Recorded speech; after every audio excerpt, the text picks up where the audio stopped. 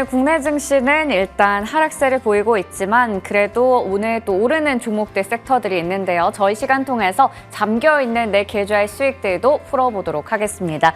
우선 코스피 시장은 2607선에서 움직이고 있고 코스닥 시장은 878선 지나가고 있는데요. 잠시 후에 종목에 대한 이야기 해보도록 하겠습니다. 오늘 이 시간은 알파경제 김종효 이사님과 함께합니다. 이사님 어서 오세요. 안녕하십니까. 네, 먼저 종목의 움직임 머니맵 통해서 확인해 보도록 하겠습니다. 자, 오늘은 말씀해 주셨듯이 삼성전자, SK하이닉스 반도체 쪽도 좀 쉬어가고 있고요. 2차 전지도 어제 좀 강해서 이쪽에서 이제 코스닥 지수를 견인했었는데 오늘은 또 일부 종목들이 쉬어가고 에코프로나 일부 종목들은 또 올라가고 있습니다. 그리고 오늘 이 바이오 쪽은 좀 쉬어가네요. 금융 쪽도 마찬가지고 자동차나 네이버 카카오 이런 굵직한 종목들은 다 쉬어갑니다. 하지만 기계 쪽에서 좀 오르는 종목들이 보이고 철강이라던가 뭐 조선기자재, 해운 쪽은 여전히 강한 모습 나타내고 있거든요. 이런 쪽에서 또 어떤 포인트 잡아볼 수 있을지 하나씩 보도록 하겠습니다. 자, 오늘 먼저 첫 번째 개장 특징주는 포스코 인터내셔널 보려고 하는데요. 이 종목이 오늘 장 초반부터 강한 상승 탄력을 나타내면서 현재 12%가 넘게 급등하고 있습니다. 신고가를 경신했는데 종속회사인 포스코 모빌리티 솔루션 쪽에서 이제 현대차의 구동 모터코어 공급 업체로 선정이 됐다. 이러한 좀 공시가 나왔어요. 이 소식이 나오면서 투자자들의 좀 관심이 쏠리고 있거든요. 지금 자리에서의 전략이 어떻게 세워야 할지 궁금합니다. 네, 일단 포스코 그룹 전반에 대한 시장의 시각 자체가 굉장히 의호적이라는 것은 다 아시는 부분이고요. 포스코 그룹이 철강사에서 이제는 2차 전지를 포함한 신소재 기업으로 거듭나면서 그와 관련된 물류를 담당하는 포스코 인터에 대해서도 과거부터 바라보는 시각이 달라진 거죠. 그래서 과거의 이 종목을 바라보는 시각 자체는 그냥 단순한 무역 상사 회사에서 미얀마 가스전의 지분을 확보하면서 가스전 회사로 그 이후에는 포스코의 실적에 따라 주가의 변동성이 좀 작용하는 그런 모습이었지만 최근에는 방금 언급해 주셨던 이 공급과 관련된 이슈 말고도 리튬이나 그다음에 포스코가 저 멀리 남미에서 생산해내고 있는 다양한 그런 원재료들의 수급까지도 감당해낼 수 있는 그런 여력을 가진 회사라는 점에서 일단 시장에서는 굉장히 긍정적인 흐름을 바라보고 있는 것 같습니다. 그다음에 포스코 홀딩스에 대해서 좀 더 무게를 주고 싶으나 최근에 수급이든 여러 가지 이슈로 포스코 홀딩스가 굉장히 좀 막혀있는 상황에서 다른 종목으로 빠르게 뭔가 흐름이 나타나고 있는 것이 최근에 포스코 엠텍, 포스코 프로엠 여러 회사로 좀 번져가고 있는 그런 상황이잖아요. 그래서 그런 차원에서 좀 이해를 하시면 좋을 것 같습니다. 그래서 저는 이 종목의 추가적인 상승세는 열려있다라고 보는데 포스코 그룹 전체로 놓고 봤을 때 관련된 종목의 레벨업은 계속 이어질 것으로 보이나 한 종목이 계속 끌고 가는 흐름을 보이기보다는 예를 들어서 포스코 홀딩스가 전체 거래 대금을 흡수해가면 나머지 종목군들이 조금 위축되는 그다음에 실적에 따라서 탄력이 조금 변동되는 그런 모습을 보일 가능성이 있어서 장기적으로 보면 포스코 홀딩스와 포스코 이름을 달고 있는 여러 회사들의 시총은 다 높아질 것이나 시기마다 또 흐름마다 좀 흐름이 달라질 것이기 때문에 이 종목 한 종목만 보시기보다는 포스코 그룹 전반적으로 한번 살펴보시면서 비중을 좀 조절해 나가시는 것이 좋을 것 같고요. 결론적으로는 추가 상승은 조금 더 열려 있다 이렇게 봐야 할 것 같습니다. 네, 최근에 말씀해 주셨듯이 보면 2차 전지나 리튬이라는 여러 가지 모멘텀을 가져가면서 포스코 그룹주가 다 같이 좋습니다. 그런 상황에서 어느 정도 상단을 더 열어볼 수 있다 얘기해 주셨는데 그래도 구체적인 목표 주가를 설정하기는 좀 어려울까요? 네, 이 종목의 목표 주가는 설정하기 나름입니다. 향후 시장의 성장세라든지 매출이 얼마나 나올 것이냐에 따라서 다 달라질 수밖에 없는데 저는 시장에서 지금 나오고 있는 전망 자체는 믿지 않으시는 게 정신건강에 좋다. 예상보다 굉장히 잘 나올 수도 있고 우리가 생각했던 것보다 굉장히 그 레벨이 낮게 나올 수도 있는 상황이기 때문에 지금 목표가를 정해두시기보다는 기술적인 추세 자체가 유지되는지 여부 가 더 중요하지 않나 이렇게 보고 있습니다. 네, 지금 당장 뭔가 특정한 목표 주가를 정하는 것보다는 일단은 이 추세가 잘 이어지는지 체크해 보는 게 더 중요하다라는 관점에서 얘기를 해주셨습니다. 다음 종목으로 넘어가 보도록 할게요. LS 일렉트릭 같은 경우 뭐 저희 시간에도 여러 번 얘기 주셨던 종목이거든요. 이 종목 어제도 신고가였고요. 오늘도 신고가고요. 이렇게 신고가 행진을 이어가고 있습니다. 최근에 이렇게 뭐 전력 인프라 관련주들도 계속해서 좋은 흐름 나타내는데 상승 추세에 동력이 있다면요. 뭐 작년부터 거짓말 조금 보태면 100번 넘게 말씀드렸던 종목입니다. 뭐 이 시간뿐만 네. 아니라 뭐 개장 시간을 통해서 또 여러 번 언급드렸던 종목인데요. 이 종목만 언급드린 것도 아니고 HD 현대일렉트릭이라든지 효성중공업까지 같이 말씀드리면서 지금 두 가지 수요가 같이 늘고 있다. 송배전 자체의 교체 수요, 노후된 것에 대한 교체 수요가 늘고 있는 것도 하나의 축이고 그 다음에 충전 인프라라든지 아니면 신재생이 늘어나면서 그것의 전력을 끌고 오기 위한 신규 수요, 그러니까 교체 수요와 신규 수요가 동반 증가하고 있기 때문에 LS 일렉트릭, H현대일렉트릭, 효성중공업 모두 실적이 좋아질 수밖에 없고 중소형단까지 넓힌다면 뭐 재룡전기 같은 종목군들도 밀고 올라오는 힘이 약하지 않다라는 거죠.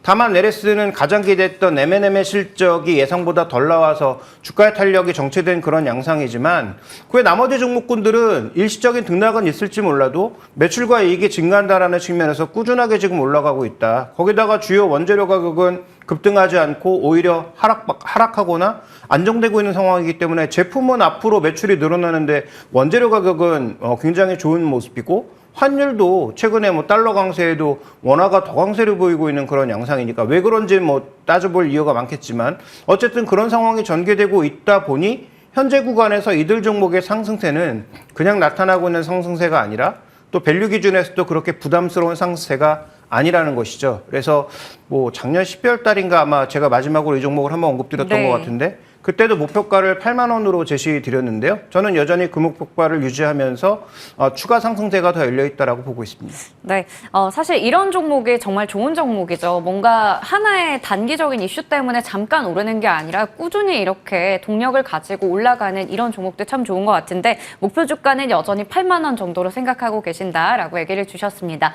자, 그러면 오늘의 잠금 해제 종목들 하나씩 풀어보도록 하겠습니다. 아무래도 이번 한 주는 이 종목이 참 궁금했었는데요. LG 이노텍이에요. 비전 프로의 효과는 어떨까 좀 기대가 되는 상황인데 사실 비전 프로가 나오고 나서 애플의 주가가 계속해서 내려가고 있습니다. 뭐 처음부터 이미 월가에서는 좀 시큰둥한 그런 반응이기도 했었는데 워낙에 이게 가격도 높고 그리고 일단 공식 출시가 내년 초기 때문에 앞으로 좀 기다려 봐야겠죠. 네, 그렇죠. 일단 뭐 이 비전 프로로 인해서 당장 뭔가 좋아지는 건 없죠. 네. 최근에 LG 이노텍의 상승이 그 기대감으로 올랐다라고 보기에도 조금 어려운 측면이 있고요. 다만 이 비전 프로 같은 경우에 우리가 이제 주목해 봐야 될 포인트는 핵심은 뭐냐면 새로운 시장을 열 수 있느냐가 핵심인 거죠. 뭐 메타에 뭐 여러 가지 제품들이 나왔지만 새로운 시장을 열었다? 그렇게 보기 어렵거든요. 다만 이제 메타버스라든지 여러 가지 어떤 개념적으로 접근했던 것들이 애플의 비전 프로가 나오면서 뭔가 개념이 좀 더 명확해진 공간 컴퓨팅이라고 하는 개념. 이게 뭐 말장난일 수도 있겠습니다만 장기적으로 놓고 보게 되면 애플의 어떤 그 지향하고 있는 그림은 제가 네. 보기엔 앞으로 그러면 TV도 필요 없고 게임기도 필요 없고 휴대폰도 필요 없는 네. 이 모든 걸 하나로 통합할 수 있는 그다음에 그 UI가 좀 더 압축될 수 있는 네. 그런 형태로 간다는 거죠. 뭐 궁극적으로는 시리아 이 대화를 직접 나누는 그런 형태로 갈 가능성이 더 높고 그다음에 일종의 뭐 손짓 이런 것들을 더해서 여러 가지 이 컴퓨팅하는 그런 이 요소들을 좀 더 UI가 유저 인터페이스가 더 쉽도록 할 수 있는 그런 단계로 갈 가능성이 높다라는 거죠. 그래서 그런 관점에서 봤을 때 저는 뭐 장기적으로는 굉장히 좋아 보이지만 말씀하셨던 어떤 뭐 가격에 대한 압박이라든지 출시 시기라든지 이런 것들의 문제로 인해서 LG노텍의 주가에 비전 프로가 미치는 영향은 뭐 제한적일 수밖에 없다. 이렇게 봐야 할 것 같습니다. 네, 사실 비전 프로 말고 LG 이노텍 하면 워낙에 뭐 대표적인 애플의 또 공급사이잖아요. 그런 측면에 있어서 아이폰에 있어서 그동안 효과를 많이 받았을 텐데 차기작인 아이폰 15, 그 효과가 그러면 실적에 좀 반영이 되지 않을까요?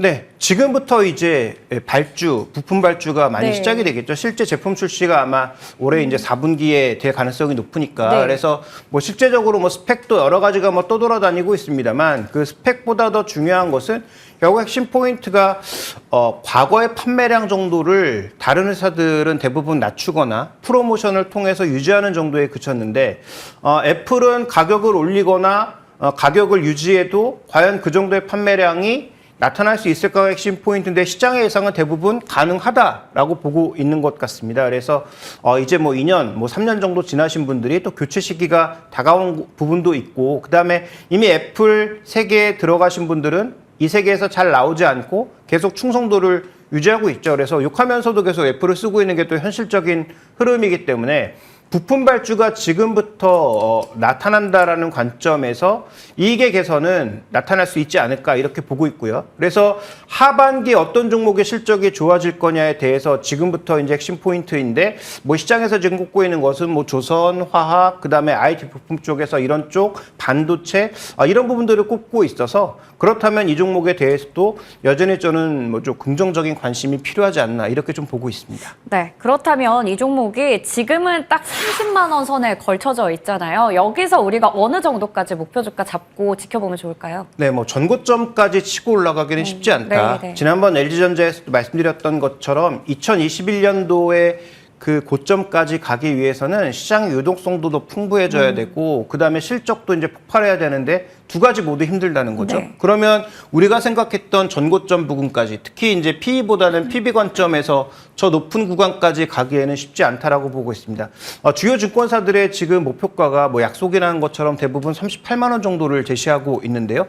저는 뭐 그 정도의 가격도 뭐 시간이 지나면 갈 수 있겠지만 일단은 전고점 부근이라고 볼 수 있는 한 33만 원, 34만 원 정도의 가격을 돌파하는 것을 먼저 확인하는 것이 순서라고 보고 있고요. 실제로 이제 그 정도의 가격대가 PB 관점에서 봤을 때 2배에 조금 못 미치는 정도의 가격이고 PE 관점에서 봤을 때도 10배를 약간 넘는 정도의 가격입니다. 그래서 저는 그 정도의 가격은 한번 시도해 볼 수 있다라고 판단하고 있고 그 시기는 실제로 아이폰이 팔리는 내년이기보다는 올해 3, 4분기나 4, 4분기 초반, 중반 정도의 가능성이 높다라고 보고 있어서 아마도 올해 한 10월, 11월 정도까지 뭐 한 지금 5개월, 6개월 정도 남아있는 네. 그런 시간인데요. 뭐 그 정도의 가격까지는 충분히 한번 시도를 해볼 수 있지 않을까라고 판단하고 있습니다. 네, 일단은 이게 지금 보면 31만 원 선에서 계속 부딪혀서 좀 내려오더라고요. 지금도 딱 그 자리인 것 같은데 우선은 지금 단기적으로 봤을 때 34만 원 정도 목표 주가 설정하면서 보도록 하겠습니다. 앞으로 하반기 한번 기대해 보겠습니다. 다음 종목으로 넘어가 볼게요. 바로 LNF입니다. 테슬라가 지금 미국에서 이제 거의 뭐 9거래일, 10거래일 연속으로 계속 질주를 하고 있거든요. 나머지 기술주가 다 빠지고 있는데도 혼자 달리고 있습니다. 과연 LNF는 좀 같이 갈 수 있을지 기대가 되는 상황인데 일단 돌아온 테슬라 이거부터 얘기해 볼까요? 네, 비중이 뭐 테슬라가 절대적이죠. 네. 물론 뭐 LG 에너지 솔루션을 통해서 가고 있습니다만 지금 준비된 그림에서 보시는 것처럼 지금 LNF의 주가와 그다음에 테슬라의 주가가 항상 동일한 방향성을 보여줬느냐? 뭐 중간중간에 보면 다른 방향성을 보인 적도 많습니다. 그래서 전체적으로 시기별로 조금 다른데 올해 초반에 약간 다른 흐름이 나타났던 결정적인 계기는 다 아시는 것처럼 1분기 실적이었죠. 1분기 실적의 시장의 예상치를 다른 종목과 달리 매출은 이제 증가했지만 이익이 크게 하향하면서 테슬라의 가격 변동에 따른 테슬라 모델의 가격 변동에 따른 그 효과를 그대로 좀 받아들이는 과정에서 주가의 충격이 일부 있었던 것으로 보고 있습니다. 근데 최근 들어서는 다시 테슬라의 주가 급등과 맥락을 좀 같이 하는 모습이 나타나고 있기 때문에 그럼 테슬라의 상승의 원인은 무엇인가 살펴보면 다른 전기차들은 최근 들어서 탄력이 급속도로 둔화되면서 판매량이 둔화되고 있는 것과 비해서 테슬라는 중국에서도 미국에서도 양호한 어떤 판매량을 보여주고 있다는 거죠. 네. 최근 5월달 들어서는 가격을 내리지 않고 오히려 소폭 올리고 있음에도 불구하고 판매량이 견조하게 유지되면서 전체 전기차의 판매는 오히려 줄었는데 테슬라는 판매량이 늘어나는 모습을 보이다 보니 여러 빅테크 종목, 소위 이제 7개가 돌아가고 있는 소위 미국 빅테크 7개의 네. 상승세에서 상대적으로 소외했던 테슬라가 조금 이제 힘을 내면서 올라오고 있는 그래서 네. 애플, 마이크로소프트 이런 종목군들, 엔비디아 같은 종목군들이 속도를 조금 죽이고 있는 그런 구간에서 테슬라가 올라가고 있기 때문에 테슬라의 추가 반등이 나타난다면 뭐 제가 보기엔 LNF도 일정 부분의 추가 반등은 조금 더 이어질 개연성이 있지 않을까 이렇게 좀 보고 있습니다. 네, 일단은 주가가 좀 함께 갈 가능성이 높다라는 부분 확인해 봤습니다. 그런데 일단 LNF가 주가가 좀 많이 내려와 있잖아요. 어느 정도 할인이 되어 있는데 이걸 좀 벗어나려면 어떤 걸 해야 될까요? 네, 일단 좀 볼까요? 준비된 그림에서 보시면 이 종목의 주가 할인의 가장 큰 요소는 바로 이 부분인 거죠. 매출이 성장하는데 아까 말씀드렸던 것처럼 테슬라가 가격 조정하니까 네. 이익이 떨어져 버리는. 그럼 테슬라 편향을 벗어나야 되는데 이게 단기적으로 가능하냐? 쉽지 않아 보이고요. 그다음에 이제 중요한 것은 LNF뿐만 아니라 모든 소재 회사의 과제인데 지금 캐펙스를 계속 공격적으로 증액해야 되는 상황인 거죠. 그래서 뭐 국내 투자도 부담이 되는 건 사실입니다만 미국에다가 만약에 공장 지으려면 돈이 더 들어가는 상황이란 말이죠. 그러면 그 돈은 어떻게 조달할 것인가? 충분한 자금이 있는가? 뭐 프리캐시 플로우는 확실하게 늘어나고 있나? 이런 부분들에 대해서는 계속 의문을 품을 수밖에 없고, 그래서 이 종목의 주가 하락의 어떤 단계를 보시면 상반기에 주목해 볼 만한 이슈 두 가지였죠. EB 발행했을 때 한 번, 실적 발표할 때 한 번, 네. 악영향을 미쳤기 때문에 자, 이런 부분들을 앞으로 어떻게 뚫어낼 거냐라는 것에 대해서는 우리가 계속 살펴볼 필요가 있을 것 같고요. 한 가지 그림만 더 보도록 할까요? 이런 할인 요소들이 지금 여전히 존재하고 있는 가운데 장기적으로는 SK온과 다른 OEM 업체 쪽으로 이게 2030년도를 지금 예상하고 있는 그림입니다. 네. 이렇게 가겠다라고 하는 건데 이 가는 시간이 과연 2030년 정도에 저렇게까지 갈 수 있느냐? 라는 것도 우리가 이제 확인해 봐야 되는 것이죠. 그래서 이 종목의 전체적인 흐름은 이런 할인 요소들을 단기적으로 좀 벗어나기가 쉽지 않다라는 게 주가의 상단을 일정 부분 막고 있는 그런 요소가 아닌가 이렇게 좀 봐야 할 것 같습니다. 네. 이런 할인 요소를 벗어나야 하는 그러한 이유들과 함께 어떻게 해야 되는지까지 좀 짚어봤습니다. 그런데 이게 차트를 보면 4월 초 중순쯤에 이제 34만 원 뭐 이쯤이었거든요. 그런데 이게 뭐 5월 중순까지 쭉 떨어지다가 다시 지금 서서히 올라가고 있단 말이에요. 이제 지금 반등의 탄력이 좀 붙은 건지 다시 그 전고점까지 갈 수 있을까요? 네, 근데 이 종목은 여러 가지 이제 할인 요소를 말씀드렸는데 그런 할인 요소 때문에 여러 소재 기업들 중에서 밸류에이션 부담은 또 가장 적다고 볼 수 있는 상황입니다. 네. 물론 그 할인된 밸류에이션 자체도 뭐 다른 회사 그다음에 뭐 시장 전체 이런 평균과 비교하면 뭐 물론 다르긴 하지만 이건 산업 자체가 다르니까 그쪽과 이제 동일 비교하기는 어렵겠죠. 다만 이제 중요한 것은 바로 이 부분인 거죠. 1분기 나타났던 전반적인 실적의 이익률이 떨어지고 있다. 이게 이제 문제인 건데 그러면 테슬라가 판매량이 늘어나면서 그다음에 5월 달에는 약간 가격 상승을 보이면서 과연 마진도 플러스로 돌아서느냐 자체가 현재의 할인율을 조금이라도 줄여줄 수 있는 가장 중요한 관건이 되는 거죠. 그래서 저는 아마도 LNF는 2분기 실적이 단기적으로 시장의 체력이라든지 이 종목의 전체적인 컨센서스를 우리가 한번 시험해 볼 수 있는 가장 중요한 맥점이라고 보고 있고요. 어쨌든 뭐 7월 말 8월 초 정도에는 실적이 발표가 될 거니까 그 정도 영역에서 실적 발표하고 나서 마진율이 다시 이제 올라가는 그런 모습을 보인다면 저는 뭐 일정 부분 뭐 전고점까지는 아니더라도 전고점에 거의 준하는 반등을 한 번 정도는 시도할 수 있다라고 봐야 할 것 같습니다. 그래서 지금 뭐 다 아시는 것처럼 테슬라 여전히 잘 팔리고 있고 다른 자동차가 조금 주춤해도 테슬라가 여전히 잘 팔리고 있는 국면이 만약에 2분기까지도 이어진다면 LNF에게도 한 번 정도는 전고점에 조금 못 미치는 가격까지의 반등을 시도할 수 있는 여력이 있고 다른 종목에 비해서 밸류도 상대적으로 조금은 저렴해 보이는 그런 측면도 충분히 고려해 볼 필요가 있겠다. 그런 관점에서 저는 목표 주가를 전고점보다는 조금 낮은 네. 한 33만 원 정도를 제시하고 싶습니다. 네, 어찌 됐든 간에 이제 따져봤을 때 동종 업계 내에서도 밸류에이션 부담이 좀 적은 종목이었습니다. LNF 목표 주가는 33만 원 정도 설정해 주셨습니다. 앞으로 지속적으로 체크하면서 AS 가져보도록 할게요. 지금까지 알파경제 김종효 이사님과 함께했습니다. 이사님 고맙습니다.